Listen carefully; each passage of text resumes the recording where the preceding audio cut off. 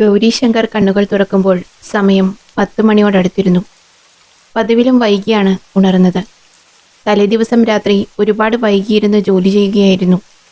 അയാൾ അപ്പാർട്ട്മെന്റിലെ വാതിൽ തുറന്നു. നിലത്ത് കിടക്കുന്ന അന്നത്തെ പത്രമെടുത്തു. പത്രമെടുത്തു കഴിഞ്ഞാണ് അത് കണ്ടത്. പത്രത്തിനടിയിലായി ഒരു കവർ കിടക്കുന്നു. അയാൾ നിലത്ത് കിടന്ന കവർ കയ്യിലെടുത്തു നോക്കി. അതിനുള്ളിൽ ഒന്നിലധികം വസ്തുക്കൾ ഒരു നൂലിൽ കോർത്ത് ഒരുമിച്ച് കെട്ടിവച്ചിരിക്കുകയാണ്. അയാൾ അവ എന്തൊക്കെയാണെന്ന് പരിശോധിച്ചു. ഒരു ശലഭത്തിൻ്റെ അറ്റുപോയ 2 ചിറകുകൾ, കമ്പ്യൂട്ടർ കീബോർഡിലെ എസ്കേപ്പ് കീ, ഒരു വിവാഹമോതിരം, യുണൈറ്റഡ് റിപ്പബ്ലിക് ബാങ്കിൻ്റെ ചിഹ്നമുള്ള ഒരു കീ ചെയിൻ, ഇരുമ്പിൽ നിർമ്മിച്ച 5 നക്കം. ഇത്രയും വസ്തുക്കൾ ഒരുമിച്ച് നൂലിൽ കോർത്ത് കെട്ടിവച്ചിരിക്കുന്നു. സാധാരണ താൻ ഫ്ലാറ്റിലെ കുട്ടികൾക്ക് ഇതുപോലെ ഉണ്ടാക്കി ഉത്തരം കണ്ടെത്താൻ കൊടുക്കാറുണ്ട്. ഇതവർ തിരിച്ച് തന്നെ പറ്റിക്കാൻ വേണ്ടി ചെയ്തതാകും. പക്ഷേ വിവാഹമോതിരം, അത് കുട്ടികളുടെ കയ്യിൽ എങ്ങനെ വന്നു? എന്തായാലും ഇതാരെങ്കിലും അന്വേഷിച്ച് വരുന്നുണ്ടോ എന്ന് നോക്കട്ടെ. എന്നിട്ട് ഇതിനെ എന്ത് ചെയ്യണമെന്ന് തീരുമാനിക്കാം. ഇങ്ങനെ ചിന്തിച്ചുകൊണ്ട് അയാൾ വാതിലടച്ച് അകത്തേക്ക് പോയി. രാവിലെ പതിവുള്ള ഒരു കപ്പ് കോഫിയും പത്രവുമായി ഇരുന്നു. പത്രം വായിച്ചുകൊണ്ടിരിക്കുമ്പോൾ പെട്ടെന്ന് ഫോൺ റിങ് ചെയ്തു. അയാൾ ഫോണെടുത്ത് നോക്കി. തൻ്റെ ഉറ്റ സ്നേഹിതനായ DSP ജോൺ മേസ്കോ. തൻ്റെ അടുത്ത അപ്പാർട്ട്മെൻറ്റിലാണ് താമസം. ഗൗരീശങ്കർ ഫോണെടുത്തു. ഗൗരി, ഉറക്കുണർന്നോ? ഇന്ന് സൺഡേ അല്ലേ? അതാ ചോദിച്ചത്. യെസ്, ഞാൻ കോഫി കുടിക്കുന്നു. എങ്കിൽ ഒന്ന് പെട്ടെന്ന് റെഡിയാകൂ. നമുക്ക് ഒരിടം വരെ പോകണം. ഡീറ്റെയിൽസ് ഞാൻ വണ്ടിയിൽ വെച്ച് പറയാം. ഓക്കെ. ഗൗരീശങ്കർ പെട്ടെന്ന് കോഫി കുടിച്ചു പോകാനായി തയ്യാറായി. ഇന്നെന്താണാവോ കേസ്? സാധാരണ സങ്കീർണമായ മർഡർ കേസുകളിലാണ് ജോൺ ക്രിമിനോളജിസ്റ്റായ തൻ്റെ സഹായം തേടാറുള്ളത്. റെഡിയായി വന്നപ്പോഴാണ് മേശപ്പുറത്ത് രാവിലെ കിട്ടിയ കവർ ഇരിക്കുന്നത് കണ്ടത്. അതെടുത്ത് ഒന്നുകൂടി നോക്കാൻ തുടങ്ങുമ്പോൾ കോളിംഗ് ബെൽ അടിക്കുന്ന ശബ്ദം കേട്ടു. അയാൾ ആ കവർ പോക്കറ്റിലിട്ടുകൊണ്ട് പോയി വാതിൽ തുറന്നു. പ്രതീക്ഷിച്ച പോലെ ജോണായിരുന്നു അപ്പുറത്ത്. ഗൗരി, റെഡിയായോ? യെസ്. ശരി, എങ്കിൽ നമുക്ക് പെട്ടെന്ന് പുറപ്പെടാം. വേഗം വാ. ഗൗരി അപ്പാർട്ട്മെൻറ്റിൻ്റെ വാതിൽ പൂട്ടി പുറത്തിറങ്ങി. ജോണിൻ്റെ കാറിൽ അവർ 2 പേരും യാത്ര തിരിച്ചു. ഇന്നെന്താ കേസ്? മർഡറാണോ? യെസ്. മരിച്ചത് ഒരു റിട്ടയർഡ് സ്കൂൾ പ്രിൻസിപ്പളാണ്, ജേക്കബ് ജോർജ്. സ്വന്തം വീട്ടിൽ വെച്ച് തന്നെ. ജവഹർ നഗറിന് അടുത്താണ് വീട്. അയാൾ അവിടെ വർഷങ്ങളായി തനിച്ചാണ് താമസം. പകൽ സമയത്ത് ഒരു സഹായി ഉണ്ടാവും. വേറെ ബന്ധുക്കളാരുമില്ല. ഇന്ന് രാവിലെ ആ സഹായി വന്ന് നോക്കുമ്പോൾ മരിച്ചു കിടക്കുന്ന പ്രിൻസിപ്പളിനെയാണ് കാണുന്നത്. അയാളാണ് പോലീസിൽ ഇൻഫോം ചെയ്തത്. അരമണിക്കൂർ യാത്ര കൊണ്ട് അവർ ജവഹർ നഗറിനടുത്ത് പ്രിൻസിപ്പളിൻ്റെ വീടായ ബട്ടർഫ്ലൈ കോട്ടേജിലെത്തി. 2 പേരും കാറിൽ നിന്നിറങ്ങി ഗേറ്റ് കടന്ന് അകത്തേക്ക് നടന്നു. പുറത്ത് വിവരമറിഞ്ഞെത്തിയ നാട്ടുകാർ കൂടി നിന്നിരുന്നു. അവരെ അകത്തേക്ക് വിടാതെ പോലീസ് ത്രെഡ് കെട്ടി ബ്ലോക്ക് ചെയ്തിരുന്നു. അകത്ത് കുറച്ച് പോലീസുകാർ നിന്നിരുന്നു. ഗൗരി ജോണിനൊപ്പം വീടിനകത്തേക്ക് കടന്നു. മരിച്ച പ്രിൻസിപ്പളിൻ്റെ ശരീരം ഹാളിൽ തന്നെയാണ് കിടന്നിരുന്നത്. ഗൗരി അവിടെ ചുറ്റി നടന്ന് ക്രൈം സീൻ പഠിച്ചു. ബോഡി കിടക്കുന്ന പൊസിഷനും മുറിയിലെ മറ്റു വസ്തുക്കളുമെല്ലാം അയാൾ സൂക്ഷ്മമായി വീക്ഷിച്ചു. ജോൺ അയാളെ ശ്രദ്ധിച്ചു. എന്തു തോന്നുന്നു ഗൗരി? കാശോ മറ്റു വസ്തുക്കളോ നഷ്ടപ്പെട്ടിട്ടില്ല. അപ്പോൾ ഇതൊരു പ്രീ പ്ലാൻഡ് മർഡർ ആയിരിക്കാനല്ലേ സാധ്യത? കുറച്ച് കാര്യങ്ങളിൽ കൂടി വ്യക്തത വരാനുണ്ട്. എങ്കിലും എനിക്ക് മനസ്സിലായ കാര്യങ്ങൾ പറയാം. തലയ്ക്കേറ്റ ശക്തമായ അടിയായിരിക്കാം മരണകാരണമെന്ന് തോന്നുന്നു. കാര്യമായി ചെറുത്തുനിൽപ്പൊന്നും നടന്നതായി തോന്നുന്നില്ല. അതിനാൽ പിന്നിൽ നിന്നാകാം അടി കിട്ടിയിരിക്കുന്നത്. അടിച്ച ശേഷം അയാൾ മരണം നടക്കുന്നവരെ ഇവിടെ നിന്നിട്ടുണ്ടാകണം. കാരണം മരണപ്പെട്ട് കിടക്കുന്ന പൊസിഷൻ അയാൾ പുനർക്രമീകരിച്ചിരിക്കാനാണ് സാധ്യത. മരണവെപ്രാളത്തിലുള്ള ഒരാൾ ഒരിക്കലും കാലുകൾ സ്റ്റഡിയായി വെക്കില്ലല്ലോ. അതായത് മർഡറുടെ ഉദ്ദേശം കൊല നടത്തുക മാത്രമല്ല, അയാൾ ഈ കൊലയിലൂടെ എന്തോ പറയാൻ കൂടി ഉദ്ദേശിക്കുന്നുണ്ട്. അതാണ് മരണശേഷം ഉടനെ രക്ഷപ്പെടാൻ നോക്കാതെ ശരീരത്തിൽ മാറ്റം വരുത്താൻ ശ്രമിച്ചത്. കൊല ചെയ്യാൻ ഉപയോഗിച്ച ആയുധവും ഉപേക്ഷിച്ചിട്ടില്ല. So it's sure that he wants to convey something through this murder. അതുകൊണ്ട് തന്നെ ഇതൊരു നോർമൽ കേസായി എനിക്ക് തോന്നുന്നില്ല. ഗൗരി പറഞ്ഞു വരുന്നത് ഇതൊരു സൈക്കോപാത്തിൻ്റെ പ്രവൃത്തിയാണെന്നാണോ? Not sure, but I have my doubts. മരണം നടന്നിട്ട് 2 മണിക്കൂർ കഴിഞ്ഞിരിക്കുന്നു. ഏതാണ്ട് 8:30-9 മണിക്കും ഇടയിലാകും മരണം നടന്നിട്ടുണ്ടാവുക. പെട്ടെന്ന് ഗൗരി ചുവരിലേക്ക് ശ്രദ്ധിക്കുന്നത് കണ്ട് ജോണും അങ്ങോട്ടേക്ക് നോക്കി. ക്ലോക്കിലേക്കാണ് ഗൗരി നോക്കിയത്. പക്ഷേ അത് പ്രവർത്തിക്കുന്നില്ലായിരുന്നു. അതിൽ 12 മണിയാണ് കാണിക്കുന്നത്. ഗൗരി കുറച്ചു സമയം ആ ക്ലോക്കിലേക്ക് തന്നെ നോക്കി നിന്നു. ആ ബോഡി ആദ്യം കണ്ട ആള് ഇവിടെ ഉണ്ടോ? ഇവിടുത്തെ ജോലിക്കാരനാണ്, ഇവിടെ ഉണ്ട്. അയാളെ ഒന്ന് വിളിക്കൂ. ജോൺ നിർദ്ദേശം കൊടുത്ത് അയാളെ അവിടെ കൊണ്ടുവന്നു. ഗൗരി അയാളെ സസൂക്ഷ്മം നോക്കി. ഈ ക്ലോക്ക് പ്രവർത്തിക്കാതെയായിട്ട് എത്ര നാളായി? അയ്യോ സാറേ, അത് ഓടിക്കൊണ്ടിരുന്ന ക്ലോക്കാണ്. കഴിഞ്ഞ ആഴ്ച ബാറ്ററി മാറ്റിയിട്ടതേ ഉള്ളൂ. ശരി, ഗൗരി ഒന്ന് നിർത്തിയിട്ട് തുടർന്നു. ആ ചുവരിൽ നോക്കിയിട്ട് അവിടെ മുമ്പുണ്ടായിരുന്ന എന്തെങ്കിലും വസ്തു ഇപ്പോൾ കാണാതാവുകയോ സ്ഥാനമാറ്റം വരികയോ ചെയ്തിട്ടുണ്ടോ എന്ന് നോക്കൂ. ഗൗരി പറഞ്ഞത് കേട്ട് അയാൾ ആ ചുവരിനടുത്ത് ചെന്ന് സൂക്ഷിച്ചു നോക്കി. ഒന്നും കാണാതെ പോയിട്ടില്ല സർ. പക്ഷേ എന്താ? ആ ക്ലോക്കിന് താഴെ തൂങ്ങിക്കിടക്കുന്ന പടം ഞാൻ ഇന്നലെ പോകുമ്പോൾ ഉണ്ടായിരുന്നില്ല. ശരി, നിങ്ങൾ പോയിക്കോളൂ. ഞാൻ പ്രതീക്ഷിച്ച മറുപടി തന്നെ. അയാൾ പോയി കഴിഞ്ഞ് ഗൗരി പറഞ്ഞു. എന്താ ഗൗരി, എന്തെങ്കിലും? ഞാൻ ആദ്യമേ പറഞ്ഞില്ലേ, ഇതൊരു നോർമൽ കേസല്ല. നമ്മൾ ഓരോ കാര്യങ്ങളും സൂക്ഷ്മമായി പരിശോധിക്കണം. ഈ കൊലയിലൂടെ അയാൾ എന്തോ പറയാൻ ശ്രമിക്കുന്നുണ്ട്. We have to find it. ബോഡിയുടെ പൊസിഷൻ മരണശേഷം അയാൾ മാറ്റി ആ ചുവരിന് അഭിമുഖമായി വെച്ചിട്ടുണ്ട്. മാത്രമല്ല, മരിച്ചയാളുടെ കൈവിരൽ ചുവരിലേക്ക് ചൂടുന്ന രീതിയിൽ അയാൾ ക്രമീകരിച്ചിരിക്കുന്നു. ചുവരിലെ ക്ലോക്ക് 12 മണിക്ക് നിൽക്കുന്നു. ഗൗരി ആ ചുവരിലെ ക്ലോക്കിനടുത്തേക്ക് നടന്നു. ഒപ്പം ജോണും. ഗൗരി ക്ലോക്കിന് താഴെ തൂങ്ങിക്കിടക്കുന്ന ചിത്രത്തിലേക്ക് കുറച്ചു സമയം നോക്കി നിന്നു. എന്നിട്ട് എന്തോ ഓർക്കുന്ന രീതിയിൽ സ്വന്തം വാച്ചിലേക്ക് നോക്കി. സമയം 11:30 കഴിഞ്ഞിരിക്കുന്നു. My God, John come fast. പറയുന്നതിനൊപ്പം അയാൾ പുറത്തേക്ക് ഓടിക്കഴിഞ്ഞിരുന്നു. കാര്യം മനസ്സിലായില്ലെങ്കിലും ജോൺ അയാളുടെ പുറകെ പാഞ്ഞു. ഗൗരിയും ജോണും അവിടെ നിന്ന് വേഗത്തിലോടി വീടിന് പുറത്തേക്ക് വന്നു. ജോൺ, പെട്ടെന്ന് വണ്ടിയെടുക്കൂ. ഗൗരി വേഗം വണ്ടിയുടെ ഇടതുവശത്ത് കയറി. ജോൺ വേഗം വന്ന് വണ്ടിയിൽ കയറി വണ്ടി സ്റ്റാർട്ട് ചെയ്ത് മുന്നോട്ട് ഓടിച്ചു. ജോൺ, സിറ്റിയിൽ നിന്ന് പഴയ കോട്ടയുടെ അടുത്തേക്ക് പോകണം. എത്ര സമയമെടുക്കും? ഈ ട്രാഫിക്കിൽ അരമണിക്കൂർ എന്തായാലും എടുക്കും. ഞാൻ അലാറം ഇട്ട് പോകാം. ശരി, എത്രയും വേഗം. നമുക്ക് ആ ക്ലോക്ക് ടവറിലെത്തണം. പഴയ ക്ലോക്ക് ടവർ മന്ദിരം. അധികം ആരും സന്ദർശിക്കാൻ പോകാത്ത പഴയ കെട്ടിടം. അവിടെ എന്താണാവോ? ജോൺ വണ്ടി ഓടിക്കുന്നതിനിടയിൽ ചിന്തിച്ചു. ജോൺ ആ ക്ലോക്കിന് താഴെയുള്ള പടം ശ്രദ്ധിച്ചോ? ആ 3 ജിറാഫുകളുടെ പടമാണോ? യെസ്, അത് ആ കൊലയാളി നമുക്ക് തന്ന ക്ലൂ ആണെന്നാണ് എൻ്റെ അനുമാനം. മനസ്സിലായില്ല. അത് അന്ന റൈറ്റിൻ്റെ എ ടവർ ഓഫ് ജിറാഫ് എന്ന ബുക്കിൻ്റെ കവർ പേജാണ്. ജിറാഫുകളുടെ കൂട്ടത്തിൻ്റെ ടവർ എന്ന് വിളിക്കാറുണ്ട്. ശരി, അരമണിക്കൂറിനുള്ളിൽ എത്തണമെന്ന് പറഞ്ഞതെന്താ? ക്ലോക്കിലെ സമയം 12 മണി. അധ്യാപകൻ്റെ ശരീരം പരിശോധിച്ചതിൽ നിന്ന് മരണം നടന്നത് ഒരു 9 മണിക്കായിരിക്കാമെന്ന് മനസ്സിലായി. ചിത്രത്തിലെ 3 ജിറാഫ് 3 മണിക്കൂറിൻ്റെ സൂചന കൂടിയാകാം. അങ്ങനെ നോക്കിയാൽ 12 മണിക്ക് ക്ലോക്ക് ടവറിൽ എന്തെങ്കിലും സംഭവം നടക്കാൻ സാധ്യതയുണ്ട്. അല്ലെങ്കിൽ അവിടെ നിന്നും നമുക്ക് മറ്റെന്തെങ്കിലും ക്ലൂ കിട്ടും എന്നെൻ്റെ മനസ്സ് പറയുന്നു. ഇത് കേട്ടതും ജോൺ ആക്സിലേറ്ററിൽ കാലമർത്തി വണ്ടി വേഗത്തിൽ വിട്ടു. വണ്ടി ക്ലോക്ക് ടവറിൽ എത്തിയപ്പോഴേക്കും അവിടെ ചെറിയൊരു ആൾക്കൂട്ടം ദൃശ്യമായിരുന്നു. അവർ രണ്ടുപേരും വേഗത്തിൽ പുറത്തിറങ്ങി ആൾക്കാരെ വകഞ്ഞു മാറ്റി മുന്നോട്ടേക്ക് നീങ്ങി. അവർ അവിടെ കണ്ട കാഴ്ച ഞെട്ടിപ്പിക്കുന്നതായിരുന്നു. ടവറിന് താഴെ ഒരാൾ തറയിൽ വീണ് രക്തം വാർന്നു കിടക്കുന്നു. ജോൺ വേഗം ആംബുലൻസിനും കൂടുതൽ പോലീസിനുമായി ഫോൺ ചെയ്തു. അടുത്തു ചെന്ന് അയാളുടെ കഴുത്തിനിടത് ഭാഗത്ത് വിരൽ വെച്ച് പൾസുണ്ടോ എന്ന് പരിശോധിച്ചു. ജോണിൻ്റെ നിരാശ നിറഞ്ഞ മുഖത്ത് നിന്ന് അയാൾ മരണപ്പെട്ടു കഴിഞ്ഞുവെന്ന് ഗൗരി മനസ്സിലാക്കി. ജോൺ അവിടെ കൂടി നിന്നവരിൽ ഒരാളോട് എന്താണ് സംഭവിച്ചതെന്ന് ചോദിച്ചു. ഇയാൾ ടവറിന് മുകളിൽ നിന്ന് എടുത്തു ചാടിയതാണ്. ചാടുന്നത് നിങ്ങൾ കണ്ടോ? ഇല്ല, വീണു കഴിഞ്ഞാണ് കണ്ടത്. പിന്നെങ്ങനെ ചാടിയതാണെന്ന് മനസ്സിലായി? ഇയാളുടെ കൂടെ മറ്റാരെങ്കിലും ഉണ്ടായിരുന്നോ? അത് ഞാൻ കണ്ടില്ല സർ. ജോൺ തിരികെ ഗൗരിയുടെ അടുത്തേക്ക് വന്നു. ഗൗരി ആ വീണ് കിടക്കുന്ന ആളുടെ ശരീരം പരിശോധിക്കുകയായിരുന്നു. ഗൗരി, എന്തു തോന്നുന്നു? അയാളെടുത്ത് ചാടിയതായിരിക്കുമോ? 100% ഗൗരി ജോണിന് നേരെ തിരിഞ്ഞുകൊണ്ട് പറഞ്ഞു. എടുത്തു ചാടിയതാണെങ്കിൽ ബോഡി കമിഴ്ന്നു കിടക്കാനാകും സാധ്യത. ഈ ബോഡിയുടെ പൊസിഷൻ വെച്ച് ഒരാൾ ഇയാളെ മുകളിൽ നിന്ന് തള്ളിയിട്ടതാകാനാണ് സാധ്യത. ഇയാളുടെ കൈകൾ തമ്മിൽ കെട്ടിവെച്ചിരുന്ന പാടുകളുണ്ട്. മുഖത്തും മറ്റും ചെറിയ മുറിവുകളുണ്ട്. അവയെന്തായാലും ഈ വീഴ്ചയിൽ ഉണ്ടായവയല്ല. കുറച്ച് മണിക്കൂറുകൾ പഴക്കമുണ്ട്.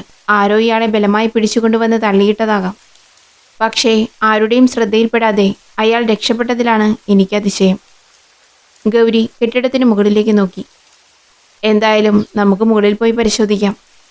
ഈ മരിച്ചയാളെ തിരിച്ചറിഞ്ഞ ശേഷം ഇയാളും അധ്യാപകനുമായി എന്തെങ്കിലും ബന്ധമുണ്ടോ എന്ന് കൂടി അറിയണം. അവർ രണ്ടുപേരും ക്ലോക്ക് ടവറിന് ഉള്ളിലെ പടിക്കെട്ടിലൂടെ മുകളിലേക്ക് നടന്നു. ഗൗരി ചിന്താകുലനായിരുന്നു.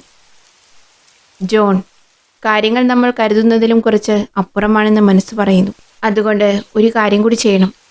ജയിലുകളിൽ നിന്ന് കഴിഞ്ഞ ആഴ്ചയിൽ പുറത്തു വന്നവരുടെ ഡീറ്റെയിൽസ് എടുക്കണം. എസ്പെഷ്യലി കൊലയാളികളുടെ. ഗൗരിയുടെ വാക്കുകൾ കേട്ട് ജോൺ ഫോണിലൂടെ അതിനുവേണ്ട നിർദ്ദേശങ്ങൾ നൽകി. അവർ രണ്ടുപേരും ടവറിന് മുകളിലെത്തി. അപ്പോൾ ജോണിന് ഒരു ഫോൺ വന്നു. ജോൺ ഫോണെടുത്ത് സംസാരിക്കുന്നതിനിടയിൽ ഗൗരി അവിടെയൊക്കെ പരിശോധിച്ചു. ഗൗരി, മരിച്ചയാളെ ഐഡൻറ്റിഫൈ ചെയ്തിട്ടുണ്ട്. ഗൗരി മുഖമുയർത്തി ജോണിനെ നോക്കി. ജോൺ തുടർന്നു. SK കൺസൾട്ടൻസി ഓണറാണ്. ആൾ ഇന്നലെ രാത്രി മുതൽ മിസ്സിംഗ് ആണെന്ന് കംപ്ലൈൻറ്റ് കിട്ടിയിട്ടുണ്ട്. പക്ഷേ ഇയാളും അധ്യാപകനും തമ്മിൽ കണക്ഷനൊന്നുമില്ല. അത് നമ്മൾ കണ്ടെത്തേണ്ടിയിരിക്കുന്നു. ജോൺ ഇത് കണ്ടോ? ഗൗരി കാണിച്ച സ്ഥലത്തേക്ക് ജോൺ സൂക്ഷിച്ചു നോക്കി. അവിടെ ഉപേക്ഷിക്കപ്പെട്ട നിലയിൽ 2 കയ്യുറകൾ. ഗൗരി അവയെടുത്ത് പരിശോധിച്ചു. ഇത് ആ കൊലയാളിയുടേതായിരിക്കുമോ? ഇതയാൾ അറിയാതെ ഇട്ടിട്ട് പോയതാണെന്ന് എനിക്ക് തോന്നുന്നില്ല. ഇതൊരു പക്ഷേ അയാൾ നമുക്ക് തന്ന അടുത്ത ക്ലൂ ആയിരിക്കാം. ജോൺ ഒരു കാര്യം ശ്രദ്ധിച്ചോ? ഈ മരിച്ച ആളെ ആൾക്കാർ കാണാതെ പകൽ സമയത്ത് ഇയാൾക്ക് ഇവിടെ കൊണ്ടുവരാൻ പറ്റില്ല. അതായത് അയാളെ രാത്രിയിൽ തന്നെ ഇവിടെ എത്തിച്ചിരിക്കണം. പകൽ ഈ സമയം വരെ ഇയാളിവിടെ ഉണ്ടായിരുന്നതായി ആരും അറിഞ്ഞിട്ടില്ല. നോക്കൂ, ഇതൊരു സാധാരണ കയ്യുറയല്ല. ജോൺ അതിലേക്ക് സൂക്ഷിച്ചു നോക്കി. ഇത് ഡോക്ടർമാർ ഉപയോഗിക്കുന്ന കയ്യുറയാണ്. അതിൽ അതിൻ്റെ നിർമ്മാതാക്കളുടെ പേര് ലേബൽ ചെയ്തിരിക്കുന്നു. Unique surgicals. ഇതയാൾ ഇവിടെ അറിയാതെ ഉപേക്ഷിച്ചിട്ട് പോയതാകില്ല. ഇത് നമുക്കുള്ള അടുത്ത ക്ലൂ ആണ്. ഇതിൻ്റെ നിർമ്മാതാക്കളെ കോൺടാക്റ്റ് ചെയ്താൽ അവർ ഇവിടെ ആർക്കൊക്കെയാണ് ഈ കയ്യുറ സപ്ലൈ ചെയ്യുന്നതെന്ന് അറിയാൻ കഴിയും. അതിനുവേണ്ടി തന്നെയാണ് അയാൾ ഇതിവിടെ ഉപേക്ഷിച്ചിട്ട് പോയത്. നമ്മളെ അയാൾ അടുത്ത ടാർഗറ്റ് പ്ലേസിലേക്ക് സ്വാഗതം ചെയ്യുകയാണ്. ഗൗരി പറഞ്ഞത് ശരിയാണെന്ന് ജോണിനും തോന്നി. അവിടുത്തെ പരിശോധനകൾ കഴിഞ്ഞ് അവർ ആ സ്ഥലം പോലീസിൻ്റെ അധീനതയിലാക്കിയ ശേഷം തിരികെ വണ്ടിയിലേക്ക് വന്നു.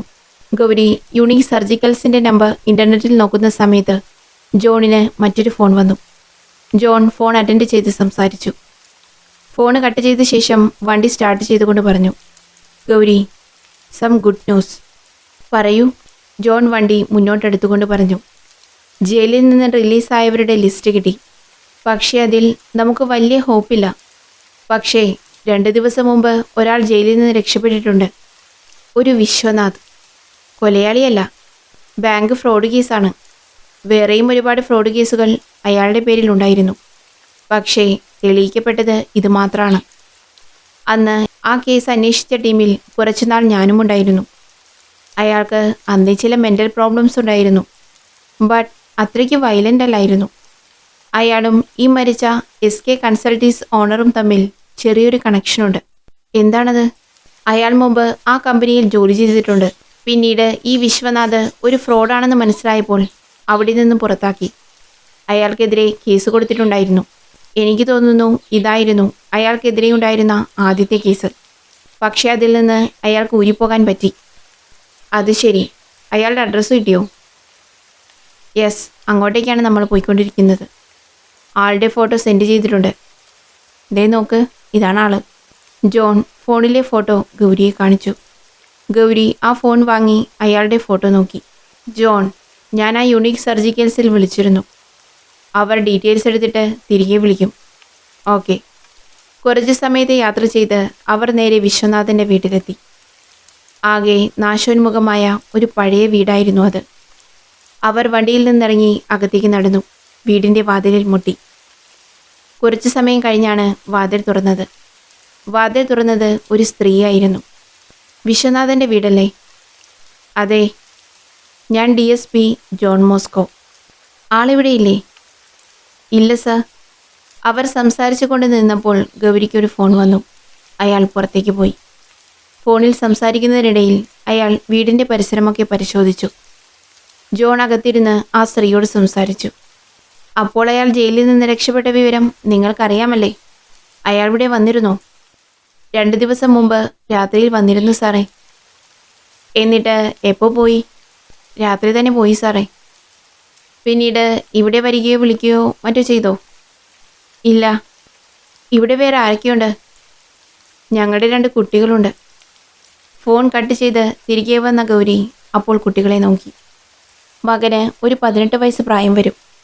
ആകെ എല്ലും തോലുമായ രൂപം, കുഴിഞ്ഞ നിർജീവമായ കണ്ണുകൾ. അവിടെ നടക്കുന്ന കാര്യങ്ങളൊന്നും ശ്രദ്ധിക്കാതെ വീടിൻ്റെ ഒരു മൂലയിലിരിക്കുന്നു. മകൾ വയ്യാത്ത കുട്ടിയാണെന്ന് തോന്നി. കട്ടിലിൽ കിടക്കുകയാണ്. ജോൺ ഗൗരിയെ നോക്കി. അയാൾ പോകാമെന്നർത്ഥത്തിൽ മുഖം കാണിച്ചു. 2 പേരും വീടിന് പുറത്തേക്കിറങ്ങി വണ്ടിയുടെ അടുത്തേക്ക് നടന്നു. നടക്കുന്നതിനിടയിൽ ഗൗരി മുറ്റത്തൊരിടത്തേക്ക് സൂക്ഷിച്ചു നോക്കുന്നത് കണ്ടു. ജോണും അങ്ങോട്ട് ശ്രദ്ധിച്ചു. എന്താ ഗൗരി? വിശ്വനാഥ് ആയോധന കലകൾ പഠിച്ചിട്ടുണ്ട് അല്ലേ? അതെ. എന്തുപറ്റി? അത് കണ്ടില്ലേ? അത് സഞ്ജീകണ്ണാണ്. ആയോധന കലകൾ പഠിക്കുന്നവർ ഉപയോഗിക്കുന്നതാണ്. ഞാനും കുറച്ചുനാൾ പ്രാക്ടീസ് ചെയ്തിരുന്നു. അവർ അവിടെ നിന്ന് മുമ്പോട്ട് നടന്നു. വിശ്വനാഥ് അവിടെ വരികയാണെങ്കിൽ അറിയിക്കാൻ വേണ്ടി അവിടെ ഒരു പോലീസുകാരനെ ഡ്യൂട്ടിക്കിടാൻ ഏർപ്പാട് ചെയ്ത് അവർ അവിടെ നിന്ന് തിരിച്ചു. ജോൺ സർജിക്കൽസ് എന്നാണ് വിളിച്ചത്. അവർ സിറ്റിയിൽ സപ്ലൈ ചെയ്യുന്ന ഒരു ആശുപത്രിയേ ഉള്ളൂ, റോയൽ ട്രസ്റ്റ് ഹോസ്പിറ്റൽ. എങ്കിലും വാ, നമുക്ക് നേരെ അങ്ങോട്ടേക്ക് പോകാം. ജോൺ വണ്ടി സ്റ്റാർട്ട് ചെയ്ത് നേരെ ആശുപത്രിയിലേക്ക് തിരിച്ചു. ആ വിശ്വനാഥിൻ്റെ ഭാര്യയും കുട്ടികളെയും കണ്ടിട്ട് എന്തു തോന്നുന്നു? വിശ്വനാഥ് ജയിലിലായതോടെ കുടുംബത്തിൻ്റെ താളം ആകെ തകർന്നിരിക്കുകയാണെന്ന് തോന്നുന്നു. അയാളാണിത് ചെയ്തതെങ്കിൽ വീട്ടിൽ വന്ന് അവരുടെ അവസ്ഥ കണ്ട ശേഷം ഉണ്ടായ ദേഷ്യം കൊണ്ട് സമനില തെറ്റിയതാകാം അയാൾക്ക് ഇങ്ങനെയൊക്കെ ചെയ്യാൻ തോന്നിയത്. തന്നെ തകർത്തയാളോടുള്ള പ്രതികാരം. പക്ഷേ ആദ്യത്തെ കൊലയുമായി അയാൾക്ക് കണക്ഷൻ ഉണ്ടോ എന്ന് ഇതുവരെ ഐഡൻറ്റിഫൈ ചെയ്തിട്ടില്ലല്ലോ. യെസ്, ഞാൻ പറയാൻ വിട്ടുപോയി. ആ മരിച്ച അധ്യാപകനുമായി വിശ്വനാഥിനുള്ള കണക്ഷൻ മനസ്സിലായിട്ടുണ്ട്. അയാൾ പ്രിൻസിപ്പളായിരുന്ന സ്കൂളിലാണ് വിശ്വനാഥ് പഠിച്ചത്. അവിടെ എന്തോ അൺഫെയർ പ്രാക്ടീസ് ചെയ്തതിന് അയാളെ സ്കൂളിൽ നിന്ന് പുറത്താക്കിയതാണ്. അന്നതിന് കാരണക്കാരനായത് ആ മരിച്ച അധ്യാപകനും. അതോടെയാണ് അയാൾ ആൻറ്റി സോഷ്യലായി മാറിയത്. അയാളുടെ ഭാര്യയും മക്കളെയും കസ്റ്റഡിയിലെടുക്കാമെന്നാണ് ഞാൻ ആലോചിക്കുന്നത്. എൻ്റെ ഊഹം ശരിയാണെങ്കിൽ ഫാമിലിയുടെ തകർച്ച കണ്ട് അയാളിപ്പോൾ ഒരു സൈക്കോപാത്തായി മാറിയിരിക്കുകയാണ്. നമ്മളിങ്ങനെയൊക്കെ ചെയ്ത് അയാളെ കൂടുതൽ പ്രകോപിപ്പിച്ചാൽ അടുത്ത് അയാൾ എന്തൊക്കെയാണ് ചെയ്തു കൂട്ടുക എന്ന് ആർക്കും പറയാൻ പറ്റില്ല. അപ്പോഴേക്കും അവർ ആശുപത്രിയിലെത്തിയിരുന്നു. ജോൺ അവിടെ വണ്ടി പാർക്ക് ചെയ്തു. എന്തായിരിക്കും അയാൾക്ക് ഈ ഹോസ്പിറ്റലുമായുള്ള കണക്ഷൻ? അറിയില്ല. ചിലപ്പോൾ എന്തെങ്കിലും ആവശ്യത്തിന് ഇവിടെ ചികിത്സയ്ക്ക് വന്നിട്ടുണ്ടാകും. അതല്ലെങ്കിൽ അയാൾ നമ്മളിവിടെ എത്തിച്ചതാകാം. അയാളുടെ അടുത്ത മർഡർ ഈ ഹോസ്പിറ്റലുമായി എന്തെങ്കിലും ബന്ധമുണ്ടാകാം. അവർ നേരെ എൻക്വയറിയിലേക്ക് ചെന്നു. അവിടെ ഒരു പെൺകുട്ടിയായിരുന്നു. ജോൺ നേരെ അവിടെ പോയി സംസാരിച്ചു. കഴിഞ്ഞ 2 ദിവസങ്ങൾക്കുള്ളിൽ ഇവിടെ വന്നിട്ടുള്ള ആക്സിഡൻറ്റ് കേസുകളുടെ ഡീറ്റെയിൽസ് വേണം. ഒരു 10 മിനിറ്റ് സാർ, പ്ലീസ് വെയിറ്റ്. അവർ അവിടെ വെയിറ്റ് ചെയ്തു. ഗൗരി ഇടയ്ക്കിടെ വാച്ച് നോക്കുന്നുണ്ടായിരുന്നു. എന്താ ഗൗരി, ഒരു അസ്വസ്ഥത പോലെ? സമയം 3 മണിയാകാൻ പോകുന്നു. 2ാമത്തെ മരണം നടന്നിട്ട് 3 മണിക്കൂർ. എനിക്കെന്തോ ഒരു ടെൻഷൻ. രാവിലെ നടന്ന 2 മരണങ്ങൾ തമ്മിലുള്ള ഇടവേള 3 മണിക്കൂറായിരുന്നു. ഇത് കേട്ട് ജോൺ ഒന്നുകൂടി എൻക്വയറിയിലേക്ക് ചെന്നു. Please speed up, it is very urgent. Yes sir, എല്ലാം കിട്ടിയിട്ടുണ്ട്. ഇതാണ് സാർ ചോദിച്ച ഡീറ്റെയിൽസ്. ജോൺ അത് വാങ്ങി പരിശോധിച്ചു തുടങ്ങി. അതിലൊരു പേര് കണ്ട് ജോൺ ഒന്നുകൂടി സൂക്ഷിച്ചു നോക്കി. അതെ, തെറ്റിയിട്ടില്ല. ഇദ്ദേഹം ഇപ്പോൾ എവിടാണ്? ഒബ്സർവേഷനിലായിരുന്നു. ഇപ്പോൾ റൂമിലേക്ക് മാറ്റിയിട്ടുണ്ട്. Room number 305, 3rd floor. Gauri, വേഗം വാ. ജോൺ ഓടി തുടങ്ങിയിരുന്നു. ഗൗരിയും കൂടെ ഓടിയെത്തി. ജോൺ നേരെ ലിഫ്റ്റിനടുത്തേക്കാണ് ഓടിയത്. ഗൗരി അയാളുടെ പുറകെ ഓടിയെത്തി. മുൻ ഡിസ്ട്രിക്ട് ജഡ്ജ് മധുസൂദനൻ സാർ. അന്നത്തെ ബാങ്ക് ഫ്രോഡ് കേസിൽ വിശ്വനാഥിൻ്റെ വിധി പറഞ്ഞത് സാറായിരുന്നു. ലിഫ്റ്റ് 3ാം നിലയിൽ നിൽക്കുകയാണ്. അവർ അതിന് കാത്തു നിൽക്കാതെ വേഗം കോണിപ്പടികൾ കയറാൻ തുടങ്ങി. അവർ വേഗം 3ാം നിലയിലേക്ക് പാഞ്ഞു. പക്ഷേ 2ാം നിലയിലെത്തിയപ്പോൾ പടിയിറങ്ങി വന്നുകൊണ്ടിരുന്ന ഒരു സ്ത്രീ ജോണിനെ കണ്ട് അയാളെ തടഞ്ഞു നിർത്തി. ജോൺ, എന്താ ഇത്ര വേഗത്തിൽ? എവിടെ പോകുന്നു? മാഡം, ആ സ്ത്രീയെ കണ്ട് ജോൺ ഒന്ന് പരിങ്ങി. വാക്കുകൾ കിട്ടാതായി. ഒന്നുമില്ല, സാർ ഇവിടെ അഡ്മിറ്റാണെന്നറിഞ്ഞു. ഒന്ന് കാണാൻ വന്നതാണ്. അതിനാണോ ഈ പരക്കം പാച്ചിൽ? സാറിപ്പോൾ അപകടനില കഴിഞ്ഞുവെന്നാണ് ഡോക്ടർ പറഞ്ഞത്. ഒബ്സർവേഷനിലായിരുന്നു. ഇപ്പോൾ റൂമിലേക്ക് മാറ്റി. വരൂ, നമുക്ക് അങ്ങോട്ട് പോകാം. ഇതാരാ കൂടെയുള്ളത്? ഇത് ഫ്രണ്ടാണ്, ഗൗരി ശങ്കർ. ഗൗരി, ഇത് മധുസൂദൻ സാറിൻ്റെ വൈഫാണ്. ഗൗരി അവരെ അഭിവാദനം ചെയ്തു. പെട്ടെന്ന് ആ സ്ത്രീയെ കണ്ടത് അവരുടെ കണക്കുകൂട്ടലുകൾ തെറ്റിച്ചു. ജഡ്ജിൻ്റെ ഭാര്യ കൂടെയുണ്ടായിരുന്നതിനാൽ അവർക്ക് ജഡ്ജിൻ്റെ അടുക്കിലേക്ക് വേഗത്തിൽ പോകാനായില്ല. അവരോട് കാര്യങ്ങൾ വിശദമായി പറയാനും പറ്റില്ലായിരുന്നു. കാരണം അവർക്കുള്ളത് വെറും സംശയമാണ്. അത് വെച്ചിട്ട് അവരെ പറഞ്ഞ് പേടിപ്പിക്കാൻ പറ്റില്ലല്ലോ. രണ്ടുപേരും ആകെ കുഴഞ്ഞു. അവർക്കൊപ്പം പോവുകയല്ലാതെ മറ്റു വഴിയൊന്നുമില്ലായിരുന്നു. സാറിന് എന്താ പറ്റിയത്? ആക്സിഡൻ്റ് ആയിരുന്നു. അതിരാവിലെ എഴുന്നേറ്റ് ജോഗിങ്ങിന് പോയതാണ്. വഴിയിൽ വെച്ച് ഏതോ വണ്ടി തട്ടിയതാണ്.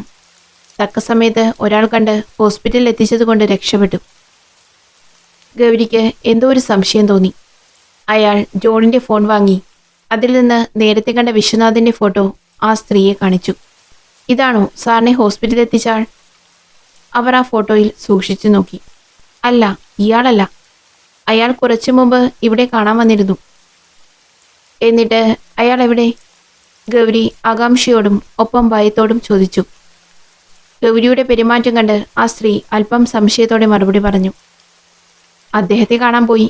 ഞാൻ താഴേക്ക് പോകാൻ നിന്നപ്പോഴാ അവൻ വന്നത്. എന്നോട് പോയിട്ട് വരാൻ പറഞ്ഞിട്ട് അവൻ അവിടെ ഇരുന്നു. നല്ല പയ്യനാണ്. ലിഫ്റ്റ് കംപ്ലൈൻ്റ് ആയതുകൊണ്ട് സ്റ്റെപ്പ് വഴി പോകാൻ അവനാ പറഞ്ഞത്. അതാ ഞാൻ പിന്നെ സ്റ്റെപ്പ് വഴി. My God. പറഞ്ഞ് മുഴുവിപ്പിക്കും മുമ്പേ അവർ രണ്ടുപേരും ഓടിക്കഴിഞ്ഞിരുന്നു. അവർ രണ്ടുപേരും റൂമിലേക്ക് കുതിച്ചു. പക്ഷേ അപ്പോഴേക്കും ഏറെ വൈകിയിരുന്നു. അവർ ആ റൂമിൻ്റെ വാതിൽ തുറക്കുമ്പോൾ ജഡ്ജ് നിലത്ത് വീണ് കിടക്കുകയായിരുന്നു. ആരോ മുഖത്ത് ഒരു തലയിണ വെച്ച് അമർത്തി പിടിച്ചിരുന്നതായി മനസ്സിലായി. അവർ ജഡ്ജിൻ്റെ മുഖത്ത് വെച്ചിരുന്ന തലയിണ മാറ്റുമ്പോൾ അയാളുടെ ശരീരം നിശ്ചലമായി കഴിഞ്ഞിരുന്നു. കാര്യം മനസ്സിലാകാതെ അവരുടെ പുറകെ വന്ന അയാളുടെ ഭാര്യ കണ്ടത് ചുവന്നു തുറിച്ച കണ്ണുകളും ഭയപ്പെടുത്തുന്ന മുഖത്തോടും കൂടി ശ്വാസം കിട്ടാതെ പിടഞ്ഞു മരിച്ച അവരുടെ ഭർത്താവിൻ്റെ ശരീരമാണ്. ഇത് കണ്ട് അവർ ബോധമറ്റ് വീണു. ഗൗരി അവരെ താഴെ വീഴാതെ പിടിച്ചു. 3 മരണം നടന്നിരിക്കുന്നു. 3ാമത്തെ മരണം നടന്നിട്ട് ഏതാണ്ട് 2 മണിക്കൂർ പിന്നിട്ടിരിക്കുന്നു. കുറ്റവാളി ഇതുവരെ പിടിക്കാൻ കഴിഞ്ഞിട്ടില്ല. ഒരു ഞൊടിയുടെ വ്യത്യാസത്തിലാണ് അയാൾ 2 തവണ രക്ഷപ്പെട്ടത്. ആശുപത്രിയിലെ കൊലപാതകമാണ് ഗൗരിയെ കൂടുതൽ കുഴക്കിയത്. ജഡ്ജിയെ ആശുപത്രിയിൽ എത്തിച്ചതും ഇപ്പോൾ അയാളെ കാണാൻ വന്നതും വേറെ ആരോ ആണ്. അപ്പോൾ ഇവയെല്ലാം ചെയ്യുന്നത് വിശ്വനാഥാണെങ്കിൽ അയാൾക്കൊരു സഹായി കൂടി ഉണ്ടാകണം.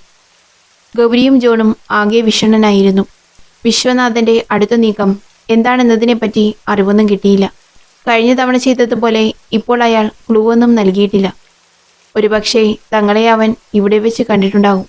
അതാണ് പുതിയ ക്ലൂ ഒന്നും തരാതെ അവൻ പെട്ടെന്ന് രക്ഷപ്പെട്ടത്. അടുത്ത് എന്തു ചെയ്യണമെന്ന് ആശയക്കുഴപ്പത്തിലായിരുന്നു ഗൗരി. ജോൺ അവിടെ ചാർജിലുള്ള ഇൻസ്പെക്ടറെ വിളിച്ച് അവിടുത്തെ കാര്യങ്ങൾ നോക്കാൻ ഏൽപ്പിച്ചു. ഇവിടുത്തെ CCTV ക്യാമറ മുഴുവൻ പരിശോധിക്കണം. സർ, റൂമിന് മുമ്പിൽ CCTV ക്യാമറ ഇല്ല. പിന്നെ ഹാളിലൊക്കെ ഒരുപാട് പേർ വന്നിട്ടുണ്ട്. ഇതിൽ പ്രതി ആരാണെന്ന് അറിയണമെങ്കിൽ മാലിനി മാഡം കോൺഷ്യസ് ആകണം. ഓക്കെ. How is she? ഷോക്ക്ഡാണ്. ഇപ്പോൾ സെഡേറ്റീവ്സ് കൊടുത്തിരിക്കുകയാണ്. ഗൗരി എന്തോ ഓർത്തുകൊണ്ട് ജോണിൻ്റെ കയ്യിൽ പിടിച്ചു. ജോൺ, എന്തു പറ്റി ഗൗരി? ജഡ്ജിൻ്റെ ഭാര്യയുടെ പേരെന്താന്നാ പറഞ്ഞേ? Malini. Why? Oh my God. Gauri വിശ്വസിക്കാനാകാതെ ജോണിനെ നോക്കി നിന്നു. ജോൺ എന്താണ് കാര്യമെന്ന് മനസ്സിലാകാതെ ഗൗരിയെ നോക്കി. ഗൗരി സ്വപ്നത്തിലെന്തവണ്ണം കൈ തൻ്റെ പോക്കറ്റിലിട്ട് അത് പുറത്തെടുത്തു. രാവിലെ അയാൾക്ക് അപ്പാർട്ട്മെൻറ്റിന് മുമ്പിൽ നിന്ന് കിട്ടിയ കവർ. അതിപ്പോഴും അയാളുടെ പോക്കറ്റിൽ തന്നെ ഉണ്ടായിരുന്നു. ഗൗരി ആ കവറിൽ നിന്നും നൂലിൽ കൊടുത്ത ആ വസ്തുക്കൾ വീണ്ടും പുറത്തെടുത്തു. അതിലെ വിവാഹമോതിരത്തിൽ കൊത്തിവെച്ചിരിക്കുന്ന പേര് അയാൾ ഒന്നുകൂടി നോക്കി. മാലിനി. ഒരു ഞെട്ടലോടെ അയാളത് ഒന്നുകൂടി വായിച്ച് ഉറപ്പുവരുത്തി. അപ്പോൾ രാവിലെ വന്ന കവർ വെറും കുട്ടികളുടെ കളിയല്ല. തൻ്റെ സംശയം ശരിയായി. ജോൺ ആ മോതിരത്തിലേക്കും നൂലിൽ കോർത്തിരിക്കുന്ന മറ്റു വസ്തുക്കളിലേക്കും നോക്കി. ഗൗരി, എന്താണിത്? പറയാം. അതിനു മുമ്പ് മാലിനി മാഡത്തിൻ്റെ ബന്ധുക്കൾ ആരെങ്കിലും ഇവിടെയുണ്ടോ? അവരുടെ അച്ഛനിവിടെ വന്നിട്ടുണ്ട്. എങ്കിൽ അദ്ദേഹത്തിനെ ഈ മോതിരം കാണിച്ച് ഇത് അവരുടെ തന്നെയാണോ എന്ന് ഉറപ്പുവരുത്തണം. അവർ രണ്ടുപേരും നേരെ മാലിനി മാഡത്തിൻ്റെ പിതാവിൻ്റെ അടുത്തെത്തി. അദ്ദേഹത്തെ ആ മോതിരം കാണിച്ചു. ഇത് അവളുടെ വിവാഹമോതിരം തന്നെയാണ്, എനിക്കുറപ്പാണ്. പക്ഷേ രാവിലത്തെ ആക്സിഡന്റിന് ശേഷം ഇത് മിസ്സിംഗ് ആണെന്ന് മാലിനി പറഞ്ഞിരുന്നു. കാര്യങ്ങൾ താൻ കരുതിയതുപോലെ തന്നെയാണെന്ന് മനസ്സിലായ ഗൗരി ജോണുമായി അയാളുടെ അടുത്ത് നിന്ന് മറ്റൊരു സ്ഥലത്തേക്ക് മാറി നിന്ന് സംസാരിച്ചു. ജോൺ, ഇത് നമ്മൾ കരുതിയതിനും അപ്പുറത്താണ്. മുഴുവൻ കാര്യങ്ങളും സ്ക്രിപ്റ്റഡ് ആണ്. ഹോസ്പിറ്റലിൽ അവർ പുതിയ ക്ലൂ ഒന്നും വെച്ചിട്ടില്ല. കാരണം അവനറിയാം ഇപ്പോൾ നമ്മൾ അവനെ കണ്ടെത്തിയിട്ടുണ്ടെന്ന്. അപ്പോൾ ഇനിയും മർഡർ ഉണ്ടാകുമെന്നാണോ നീ പറയുന്നത്? ഉറപ്പായും. അതെ. ഇത് കണ്ടോ, ഈ 5 വസ്തുക്കൾ എനിക്ക് രാവിലെ എൻ്റെ അപ്പാർട്ട്മെൻറ്റിൻ്റെ വാതിൽക്കൽ നിന്ന് കിട്ടിയതാണ്. ഇത് അവൻ തന്നെ കൊണ്ടുവച്ചതാകും.